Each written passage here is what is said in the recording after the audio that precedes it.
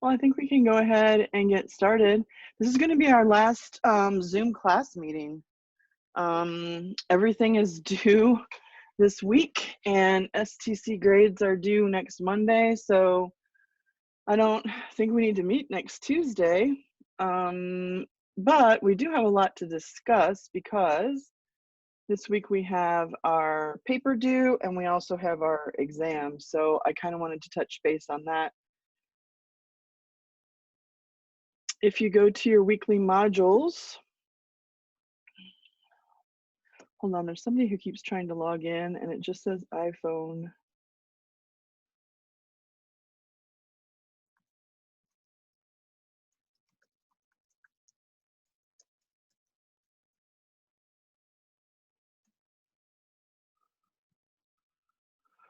I don't think I'm gonna admit that person until I know who it is. Week 15, our last week of this term. Some of you will be continuing with 23-21 next term, and some of you may not. Generally, I think the people who are on the biology degree plan do not need the 23-21, if I remember correctly. So they will be moving you, Miss Martinez will likely be moving you to a regular English 4 class for second semester. I don't know who this person is. If you know somebody who's in the waiting room and is trying to get in, you might let them know that I'm not letting them in because their identifier just says iPhone 1. They're not logged into Google. Let me make a note to them.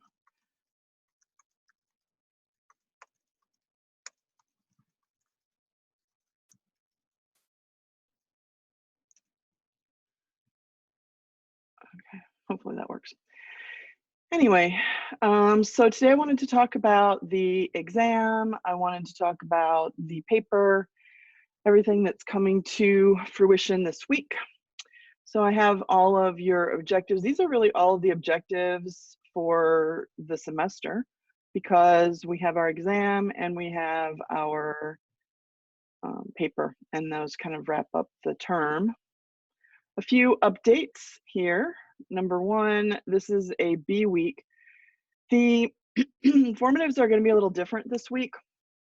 We have one today. I did not make a formative on Thursday because you are going to be logging in and taking your exam on Thursday. So I'll just take attendance based on that. And then Friday and next week, you still need to do formatives because I need to take attendance for East, but they're not going to be difficult. FYI, they're going to be kind of like say that you're here type things because the grades are going to be finished by then. So there will not be an official formative that you need to do. If you log into formative on Thursday, you'll see the exam and then you'll see a formative, but the formative will just say I'm counting attendance based on the exam. I already said this is our last Zoom class meeting for the term. Here is a playlist of all of our class periods. Every time we have class, I've been putting the recordings on this playlist. So hopefully if you've been absent, you've been watching those. That's the whole point of recording them. Also, when we talk about the exam study guide that I created for you, I'm hoping that you noticed that I used those videos in order to help you prepare for your exam. So the videos have been helpful on a number of situations. I think I'm just going to remove this person. I don't know who it is. They can try to get back in when they sign into Google. Let's see. Also, in terms of updates, I wanted to go through the current grade distribution. If you haven't logged into the STC gradebook recently, you might want to do that to see where you are. Obviously, the paper and the exam are going to weigh heavily on your overall average, so there is still the opportunity for you to improve your grade or, you know, keep it the same, or it could go down depending on how things go with these last two pieces to the puzzle. But I thought that it might be good for us to take a look at the current grade distribution so that you get a feel for how people in this course in general that I've been teaching. I have 3 sections. that are doing overall. So if you look at your grade and you say, oh, I've got an 82, I think that's horrible. Maybe compare yourself to the statistics that we see here. If we look at 3B, this is the biggest class with 17 students. Currently, 3 people are making an A, 5 people are making a B, 7 people are making a C, and 2 people are making a D. Now, this is for the STC grade. So if you are in the D category, you know that you're one of 2 people that are, doing the worst in the class. If you're in the B range, you know that you're, the A range, you know that you're here with the 5, 6, 7, 8 different people that are at that range. Now this can all shuffle because if you are, do a super awesome job on your paper and your exam, then you can move up a whole grade level with those 2 assignments. So if you have, the idea that you have a C right now and you really like to make a B, it is possible this week to bring up that grade, and you just have to, really kick it in for the paper and the exam, and you can move up. I mean, I think there's enough points. The exam itself is 25% of your STC grade. But likewise, if you don't manage to prepare properly for the exam or the paper, then you will need to, you could go the other way. I don't want that to happen, which is why I'm mentioning this today. I'm hoping that people can get, improve their grades if that's what they want to do, but there's still room for that to occur because we have these 2 major things here at the end. Overall, STC always meets with us about our grades. They're looking for a bell curve. If you don't know what that is from statistics, it means that on average, the majority of the students are in the middle grades with B's and C's. And I'm pretty much following that with the 15 and the 13 in the middle. They don't like to see too many people in the A category. I know this is going to sound to you like, I know that's horrible. I don't try to keep people out of that category. But when I meet with the dean and the department chairs for my evaluation, if I have too many A's or too many F's and I have a reverse bell, right? Like if the majority of students are either in the A or in the F and very few students are in the middle, then that's a sign to them that there's something wrong with the way that I'm grading for the course. So in general, just in a general situation, this is about what happens. Few people are in this category, few people are in this category, and most people are in the middle. So that's working out pretty well. So far, I'm hoping that more people can improve into the A and B category as we finish up the term here. But I just thought that would be good information for you to kind of know whoever this iPhone person is. I'm just going to keep removing them.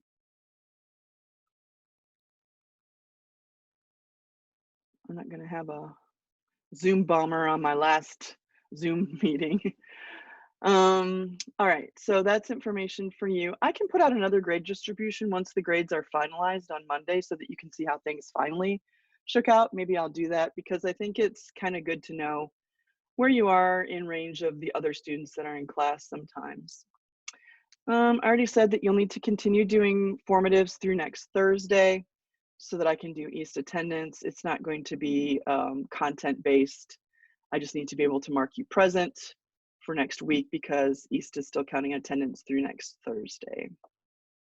There will not be any assignments over the Christmas break, in case you were wondering. If you are taking 23-21 second semester, that's not a continuation of this course. It's a separate course.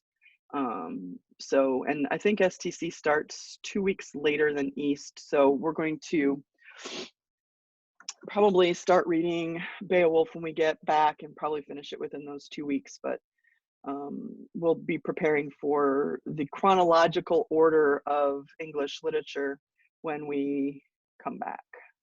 If you are taking that course, if you're not taking 23, if you don't know whether you're taking 23-21 or not, you might want to find out. Usually what happened, just so that you're not, blindsided. I was mentioning this a little bit earlier, but several people have joined us since then. They're usually the people that are getting the biology associate's degree do not need the second semester course. They don't need the 23-21 in their degree plan. So if you don't need the course, they're not going to let you stay in in the class. So you'll be moving to a regular English 4 second semester, just so that you know. One year they didn't tell anybody that, and I don't know, I didn't realize that it was happening, and people got called to the office out of my class, and then they came back and got their stuff and left, and it was kind of abrupt. But I'm just letting you know, it depends on your degree plan whether you'll be taking second semester. Okay, the last thing under updates here is that I polled yesterday to see if people wanted to have a study session tomorrow night. It's informal, it's not required, but I try to think about everything that I can possibly do to help you all be successful in the course and do well and get the grades that you would like. And it just occurred to me that maybe the night before the exam, you might want to finalize some things. So if you would like to do that, you can show up tomorrow at 8. I know some people have work, some people have church, some people have practice things going on. So it's not required, obviously, and I will record it. So if you are unable to join or, you know, whatever, then you can just watch it if you want before you take the exam to see if there's any questions that people came up with that would help you. Also, that is not going to be a session where I'm going to be running the session. I'm not going to be going through all the material of the course. I'm not going to, you know, lecture for 7 hours or anything like that. Basically, I'm just going to be taking questions on the study guide that I sent out to you last week, and you should be pretty thoroughly familiar with at this point, since it's been a week that you've had that in your hands. So questions like, how is this going to be tested on the exam? Or could you articulate the difference between this critical lens and that critical lens? Could you go over the definition of this term? So I'll just stay there. All 3 classes are coming to the same meeting. So as many people as there are, as long as there are questions, I'll just keep responding to them from the study guide. And when people don't have questions anymore, then we'll call it quits and you can study whatever you need to before you take the exam. But I just felt like maybe that would be one more thing that we could do to help people be successful on the exam. I'll send out a Zoom link on Google Classroom about an hour beforehand, so that if you want to join up, then you can do that. All right, I want to spend the rest of the time today talking about the final exam and the research paper, because those are the 2 things that have the greatest sway here at the end towards your final grade. And I know that you're preparing diligently for both. So I want to talk first about the exam, and then I'll spend some time also talking about the research paper. And if there are any questions, you can just go ahead and put them in chat or interrupt me, and I will be glad to respond. Last week, I had trouble with my eye. I woke up in the morning on Tuesday, and my eye was like welded shut. And turns out I had an eyelash stuck back in the back part of my eyeball, like where your eyeball meets your eye socket back there. It's not fun. They fished it out and I'm okay now. They gave me some drops and all that stuff, but it wasn't pleasant. And so I recorded a video. I'm hoping that you watched that video, because I went over the study guide and presented all those things to you last week so that you could prepare and study properly for the exam. I didn't put myself on camera because, believe me, you didn't want to see a tear waterfall happening on this side of my face. But in any case, I tried to do my best to make sure that you had what you needed for last week. But I gave you this study guide. I'm going to open it now so that I can touch on a few points. If you did watch the video, some of this will be repetitive, but I think it's good to repeat some things right before the exam, make sure that everything's clear. Thursday is the date of the exam. I will be opening the exam at 8 and closing it at 11, because you will have 2 hours to complete the exam. You do not need to use 2 hours, but you do have up to 2 hours. At the 2-hour point, it will submit. So whether you're done or not, which means you should probably watch your time. I'm going to talk about some suggestions for you on how you can manage your time on the test, but it will be informative. I had originally noted here in the study guide that it was going to be on Blackboard, but as I started writing the exam on Blackboard, on the Canvas that they have there, there's a key part of the exam that they don't have a feature for. And I can't I can't use Blackboard because they won't give me the feature of submitting a text and then asking questions about that text. You can only just put multiple choice questions, matching questions. So I switched it over to formative, but you're familiar with that platform anyway. So it will time you and it will be open from these times here. So there's a lot of terminology on the exam. There is not every term on the exam. I did put a list here on the study guide that I gave you last week. I did put a list of all the terminology. I went back through all of the reading assignments that I've given you this term and listed all of the terminology that we have been discussing, going over, applying, and you should have read and taken notes on. And so this list is the list that I used when I was making the exam. I just started highlighting as I included them on the test from this exact list. So is everything on this list on the test? No, because there are almost 150 terms on here.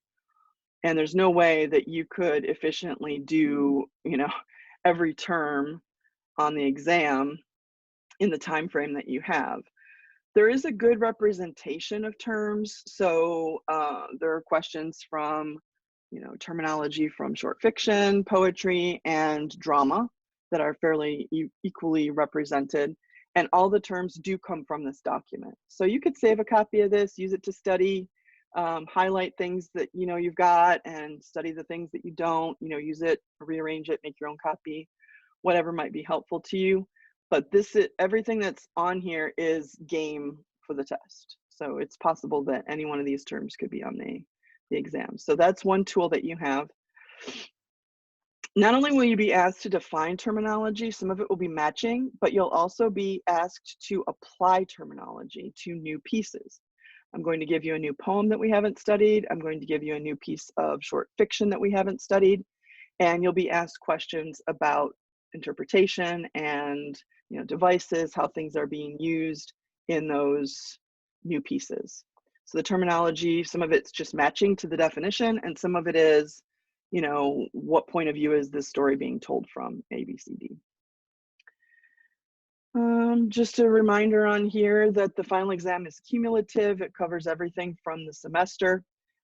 But like I said, not every single term will be on the test because I don't think you'd be able to complete it in a reasonable time frame. This is not a review that you are turning in. It's just a resource to help you study.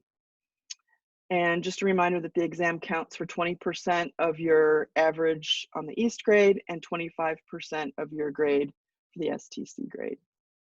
So what kinds of questions will be on the test? There'll be basically 3 types of questions. One type of question will be matching, where you need to match a term to its definition. And another type of question will be where you need to answer questions about passages, the new poem and the new short fiction that will be on the test. The third type of question is a written question, so you will write an essay during your 2-hour time. However, I set it up so that your essay will come from the 2 passages that you've already read on the test. So as you take the multiple choice matching part of the test, you'll be answering questions about a new poem and a new piece of short fiction. The written part will not ask you to read another 3rd piece. It will ask you to go back and choose to write either about the poem that you've already read or the short piece of fiction that you've already read, so that to save time and make it more efficient, so that you can maybe spend, I guess if you think about maybe spending an hour on the 50 multiple choice questions and an hour on the written response, then I think that you should be in good shape. That way, if you go a little bit over on the multiple choice, that part comes first, then you still have a good 50 minutes to write the written portion of the essay if you use your full time. So those are the 3 types of questions that will be on the test. So the next thing I put on your study guide here is like sort of a matrix that will set you up for review. I thought that going back through all that terminology might take a long time to go back and look at all the pieces and parts from all the different weeks. So I just compiled everything here for easy access and easy study for you. And I went back and took every reading assignment, every chapter from the textbook that I assigned for you to read, every slideshow that you were assigned to look over or I went over in class, and I listed them all on this table. If it's from the textbook, I listed the page numbers here and included the PDF of those pages for ease. Also, I put in the writing checklist pages because you might be asked to write about setting or character or plot. And there are, at the end of those chapters, there are those little question guides that help you focus on how do I write about theme? How do I write about character? So I put those in there as well. If it wasn't from the textbook and it was a slideshow, that I'm linking you here to the slideshow again so that it's right there for you. You have to go and figure out, was that on week 7? Was that on week 10? When was that? The slideshow's right here for you to review.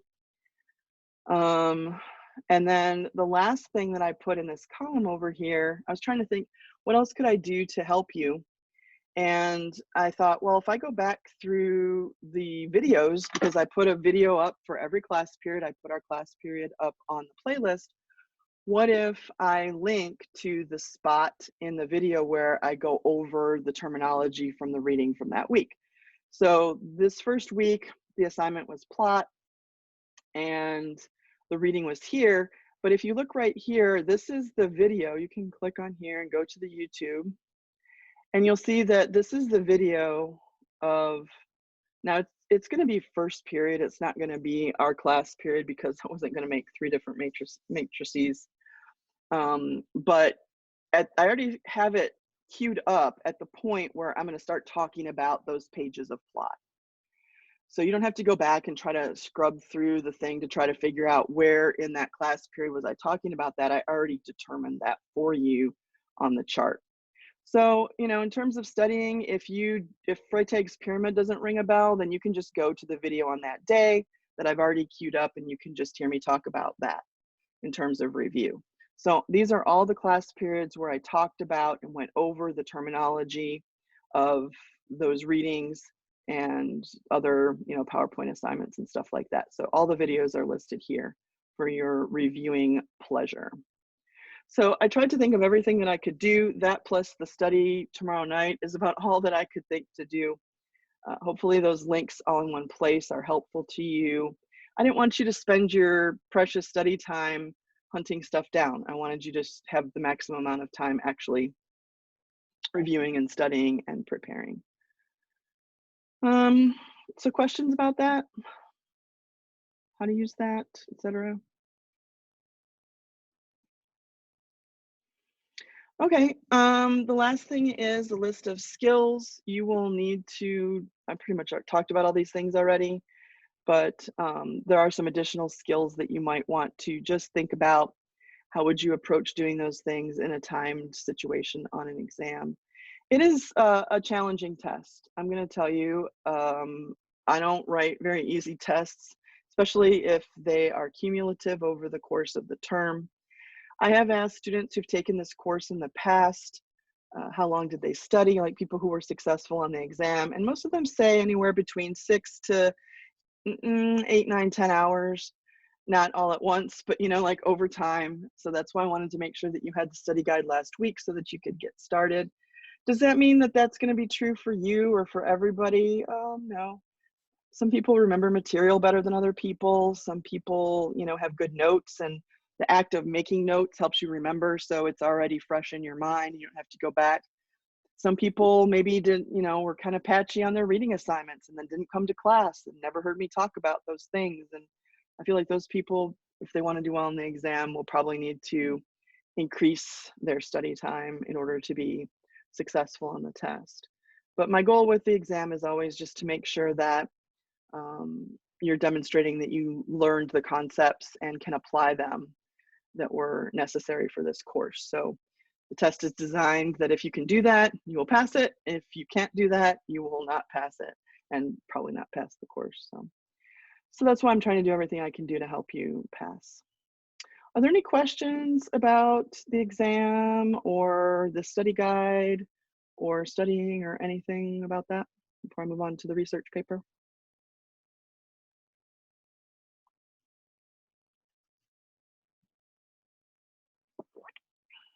No? Okay, I don't need that anymore. All right, the other thing that is important this week is, of course, the research paper. That assignment I gave you way back before Thanksgiving break. I know that some of you might have chosen not to work on it over Thanksgiving break, and that's perfectly fine. But then when we came back last week, you probably should have been actively working on the research paper. So I want to talk about that today. It is due Saturday at 11:59, and I'm going to tell you right now, I have Blackboard set up. You're going to submit it on Blackboard. Right down here is where you're going to click to submit it. I have it set up so that after 11:59 on Saturday, this is going to disappear. You won't even be able to submit your essay. The reason I'm doing it that way is because my grades are due Monday. I had originally planned to have this essay due last Saturday, but I wanted to give you an extra week to make sure that you could work through it, ask questions, we could talk about it in class, etc. And so the ones that are coming in, a couple have already been submitted, but I'm grading them as they're coming in. But I think the majority of them will probably come in on Saturday. And that gives me one day, Sunday, to read 43 research papers. So I'm putting the work on myself. I don't feel bad about that, and I can do it. But I just want you to know that's why I'm going to turn off the assignment and you will not even be able to submit after 11:59. So I'm warning you. I think that if you are one of those, people that likes to get close to a deadline, I think you should be thinking about submitting by, 9 o'clock, something like that, in case there's a problem, there's a glitch, something takes up your time, you don't get to it. I think you should be thinking that the deadline is earlier than it really is so that you can make sure that it gets submitted. I can't take any late papers, so it will just turn into a 0 at that point. I don't like doing that, but that's kind of like the consequence of giving an extra week to complete them. So I'll be grading them as they come in. Like I said, I think there's 2 or 3 that have already been submitted. And so maybe I won't have all 43 to look at next weekend, but there are 43 students in the classes. And so each student is writing 6 to 7 pages. So you can multiply 43 times 6 and get the number of pages that I'm going to be reading and grading in one day. And maybe, understand why I need to cut it off at that time.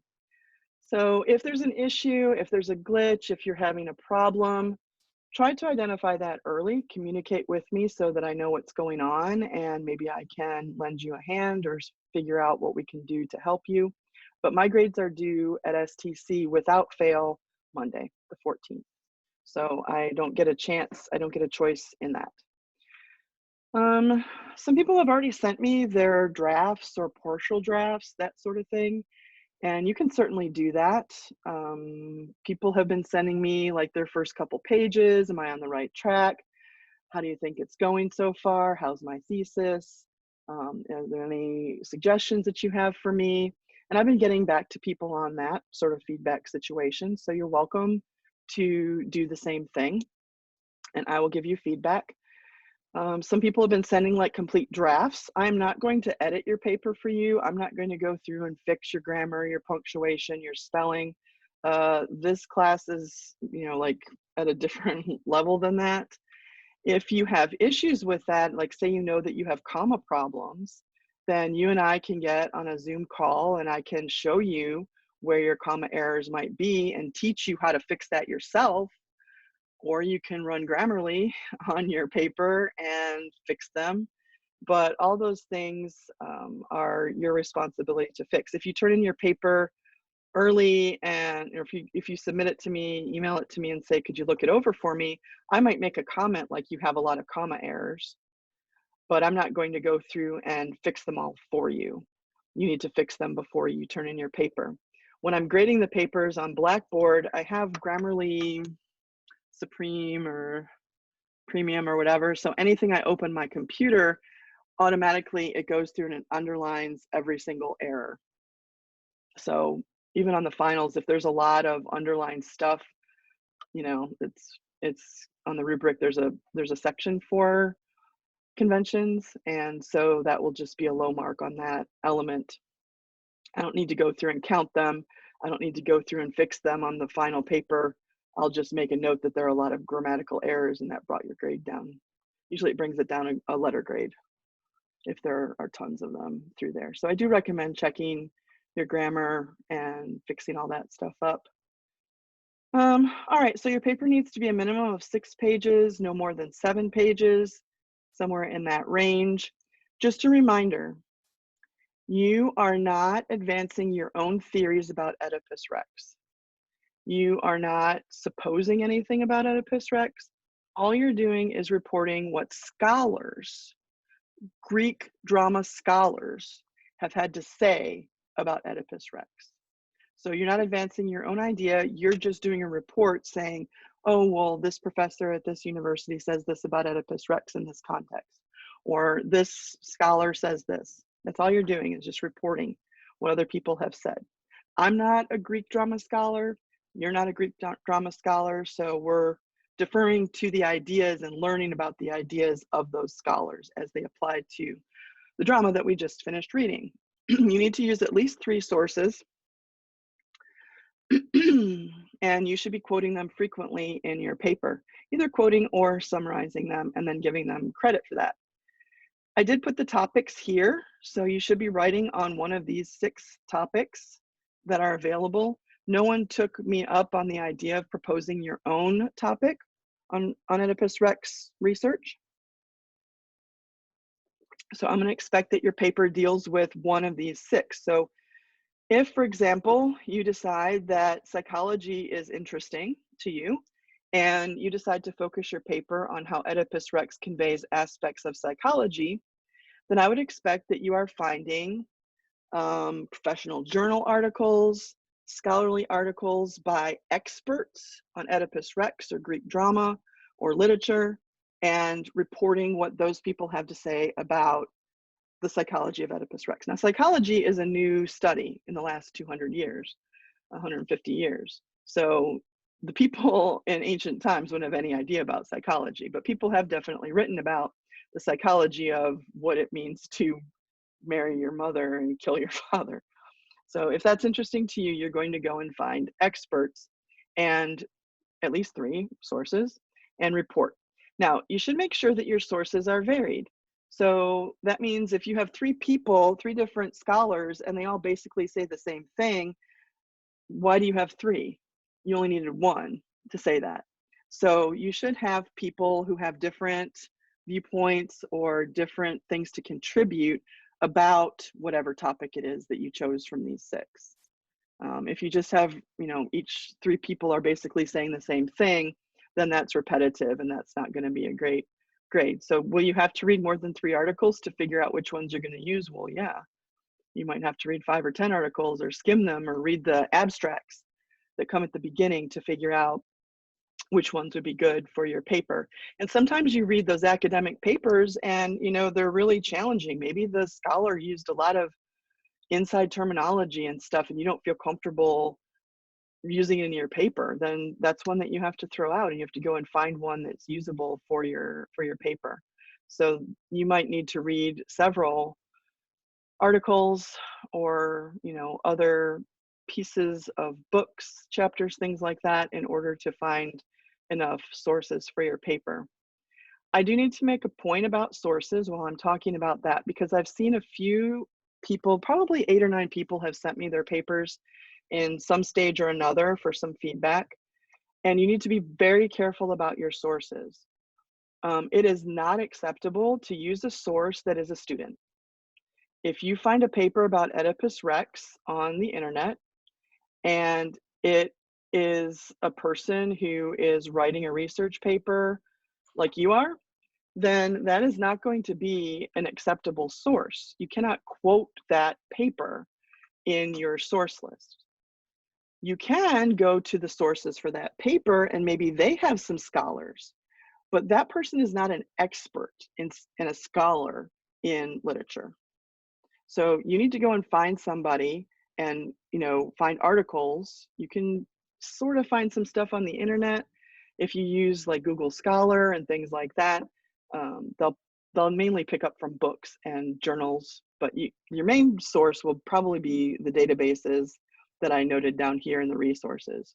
JSTOR is the one that comes up the most for literary studies, but you can also click right here. You have access to all the databases at STC, and you just, sometimes it will just ask you to go ahead and sign in, and you can do your searches here. So if it turns out that you turn in your research paper and you're sourcing somebody else's research paper or somebody who's not a scholar, I'm going to throw out that part of your paper. It's just invalid. And also going to throw out that source. So if you only have 3 sources and 2 of them are, you know, like from those sites where you can buy papers or people post their papers or whatever, that's not scholarly. That's not a scholarly source. So will I check your sources? Yes, I'll be checking your sources. So I think it's good if you're working and you're not sure about a source, just shoot me an email and say, hey, I'm looking at this source. It seems like it might work with my topic. Do you think this is a valid source or not? Because I'm the one who's evaluating that for the paper. So you can ask me and I'll tell you, no, and the reason is this, or yeah, I think that's perfectly fine. The person's a known scholar in this field. So if you're not sure, please just shoot it my way so that you don't end up with a situation of, you know, where your paper's already turned in and there's nothing you can do at that point. One time, I think not last year, but maybe the year before, I had a student who used an 8th grader's Prezi, as a source for their research paper. And I threw that entire paper out.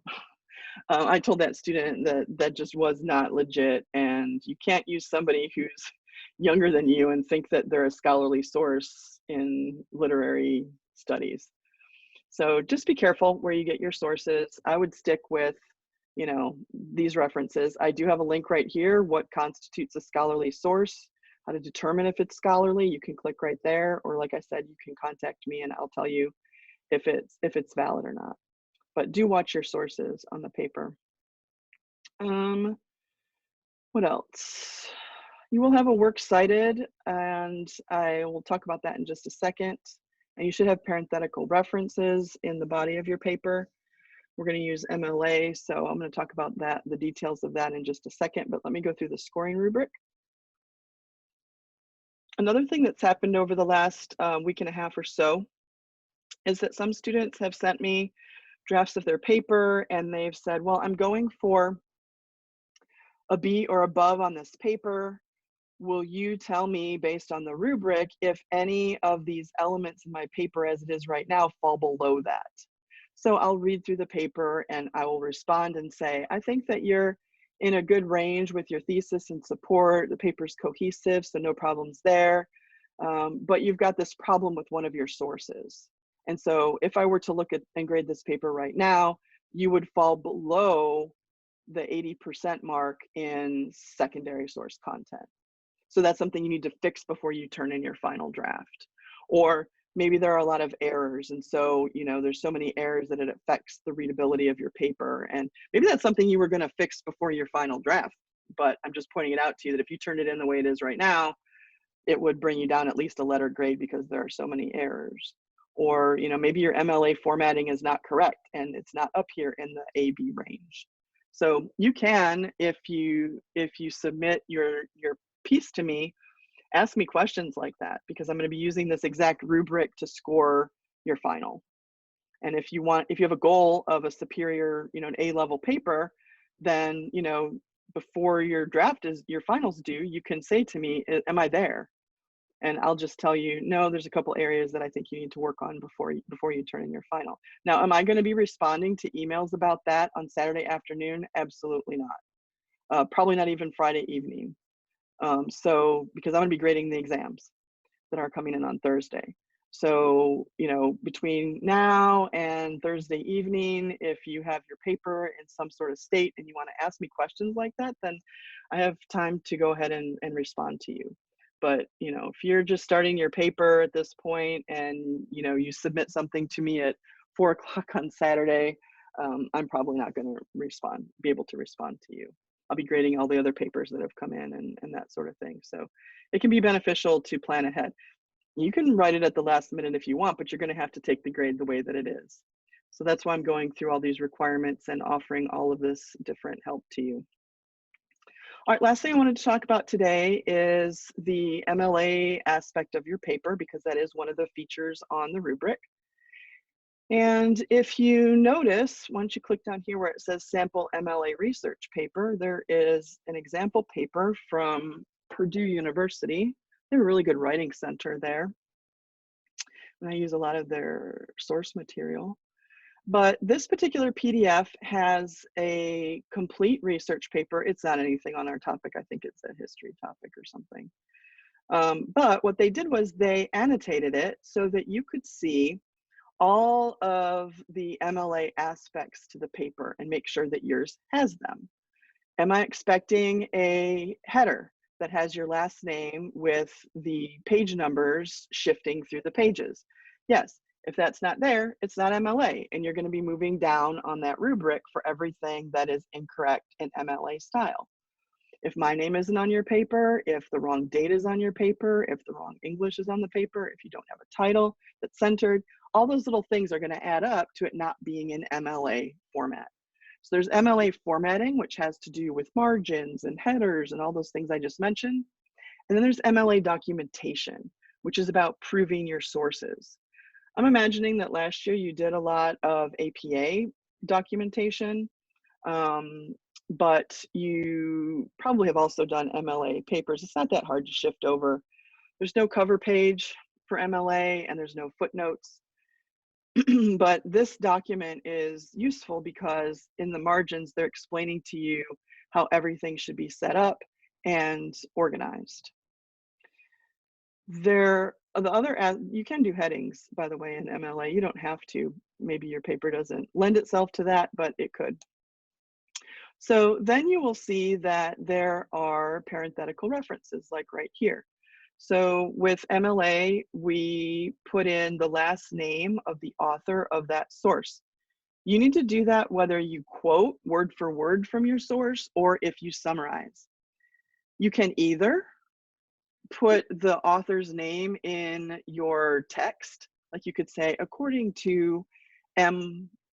John Hall, quote whatever, or if you don't do that, then you need to do a parenthetical, which is just the author's name in parentheses. So the first time I see that, I am going to scroll all the way to your works cited page, and I'm going to look for that entry. And here it is right here. And I'm like, oh, okay, it's a book from that was written in 1969. This is the title of the book. This is the author's full name of the book.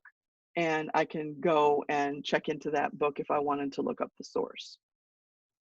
While I'm there, I usually take a break from reading the paper and I go through and look at the formatting of the works cited. And I'll look to see that you have at least 3 entries, that they are alphabetical, that they seem, you know, legitimate, scholarly sources, and that they're formatted properly. But this one walks you through all of how to set that up. A lot of them in this example are books or articles. This is another book. Here's another book. Let me see if I can find a web. Okay, so here's a web example. If you find something online, right here, historical census browser. So you'll see that they're set up alphabetically, except by last name, except sometimes you will find a source doesn't have an author listed. If there's no author listed, then you just alphabetize based on the first word of that entry. So you can see that Historical Census Browser is a web page within the University of Virginia Library website. Here is the URL to that site. And there's no author because it's just a created website for that particular university. Access is not necessary, but it's optional for MLA. So then it just goes through and explains all the portions, and it goes through, you know, all of the sources, and you can see examples there.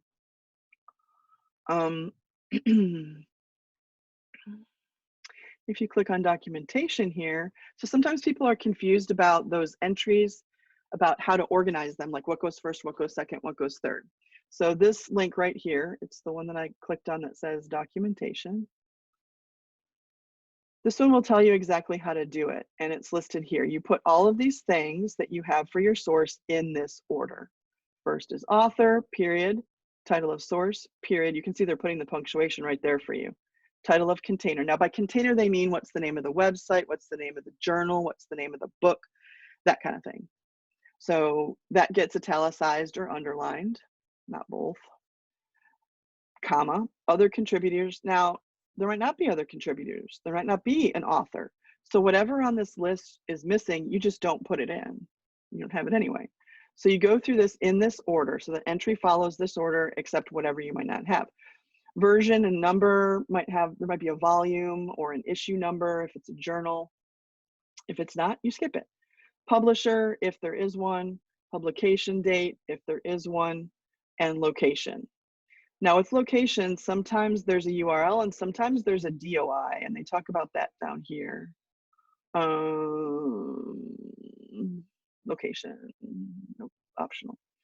So DOIs. So in some searches, when you do a search, if you were to copy what was in the browser URL window and the address, it would be super long because it's a search string with, you know, percent symbols and underlines and all kinds of crazy stuff, and it ends up being a huge chunky thing.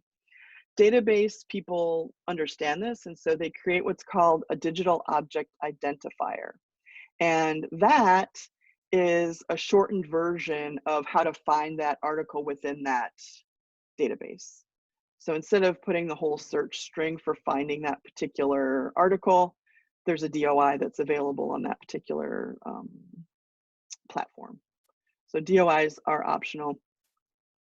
URLs are technically also optional. I prefer that you put in the URLs, but this particular page talks about, go back up to that list, what goes in your citation, and then it walks you through each one of the required parts that are available, and then it talks about optional elements like date of original publication, city. Date of access is optional. You don't need to put that in.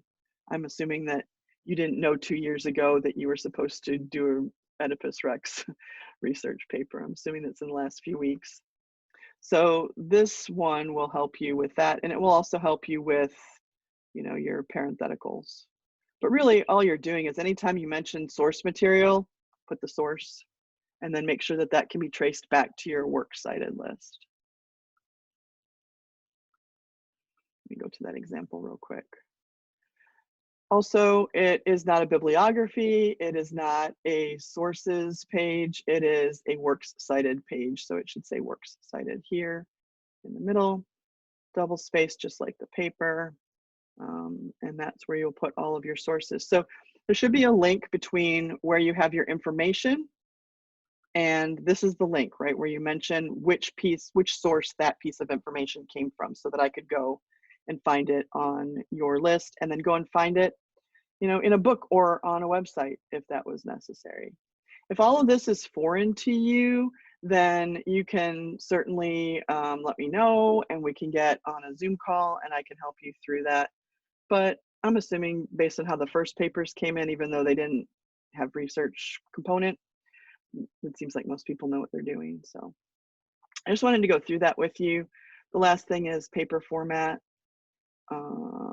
just how to set up your page, how to do all that stuff, and it walks you through the section headings and how to do all of the setup for your margins and all of that for your paper.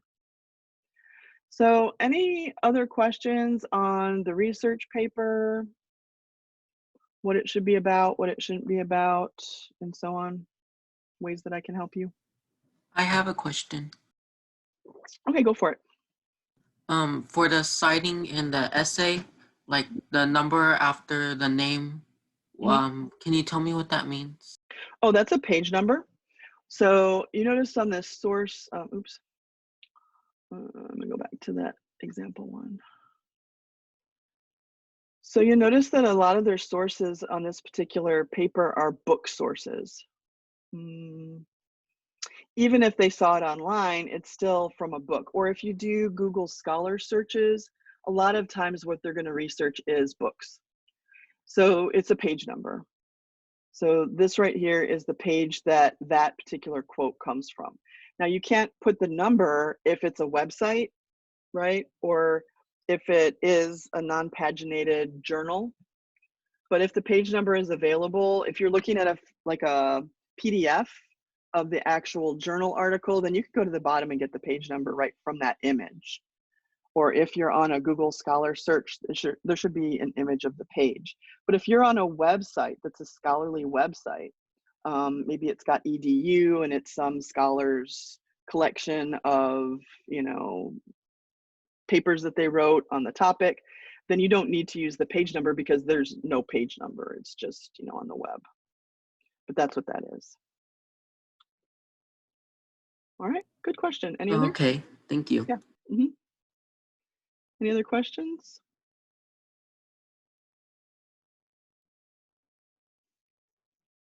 Yeah, if there's no page number because it's a website, then you would just put the last name of the person. But here's where you're going to get into trouble. You should just be throwing those things in all over the place in your paper, because that's basically all you're doing is quoting your sources and summarizing them. So anytime you use source material, just throw in the name of the person. Either write it as part of the text, according to Danoff, or when you're done quoting it or summarizing it, put that parenthetical, because if you don't put that, then how do I know from the work cited what source that's from? It's a break in the chain, right? How can I go in here and say that piece of information came from which source of yours? So you have to constantly be linking what you're saying in the paper from your source to the works cited.